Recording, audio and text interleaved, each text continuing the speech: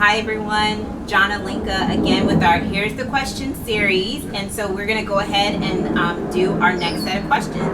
I will go first.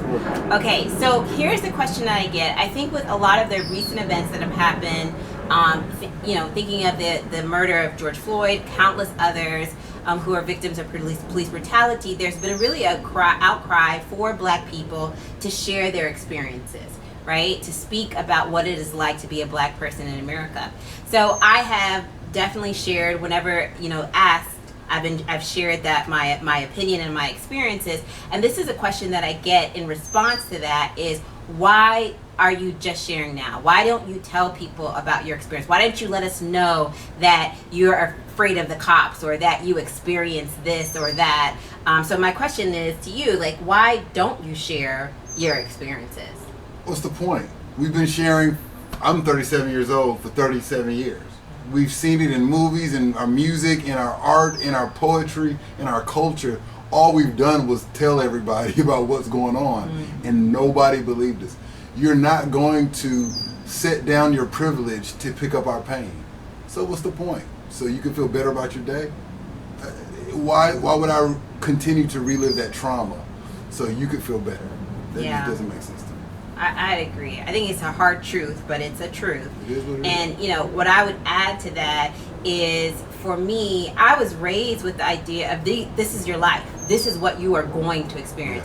You can expect that when you walk into the store, there is going to be someone to follow you and see whether or not you're stealing. You can expect that if you're a black person and you move to an all-white neighborhood, white people will start moving out. These are things, we call that white flight education.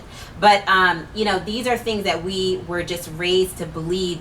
That's your life. That's what you can expect. So I didn't even think about sharing it. It's just kind of the way of life. And I think it really speaks to what you were talking about trauma.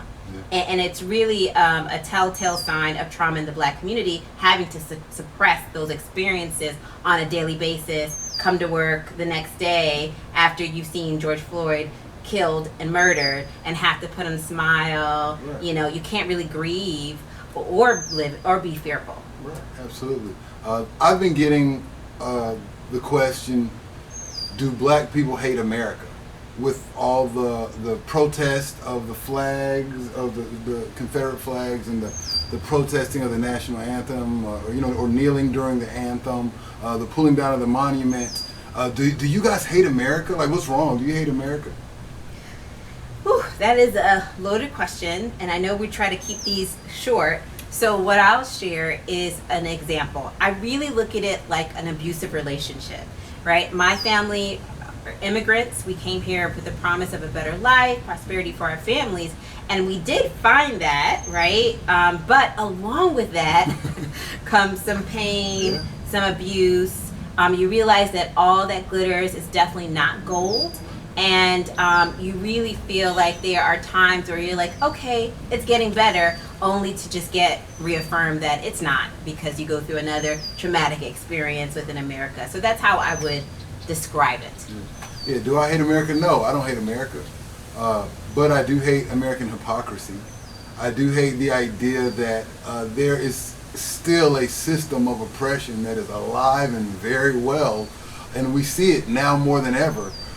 Maybe not more than ever, but we definitely see it as very visible. And no, we see it more than ever because of social media. That's true. Than we have in the past. That's You're true. right. That's yeah. true. And so, I don't hate America, but I do hate the problems that America refuses to acknowledge. That's what I hate. If you know you have an issue, deal with it, fix it, and move forward. I hate this, put your head in the sand kind of mentality. Yeah. Well, those are our questions.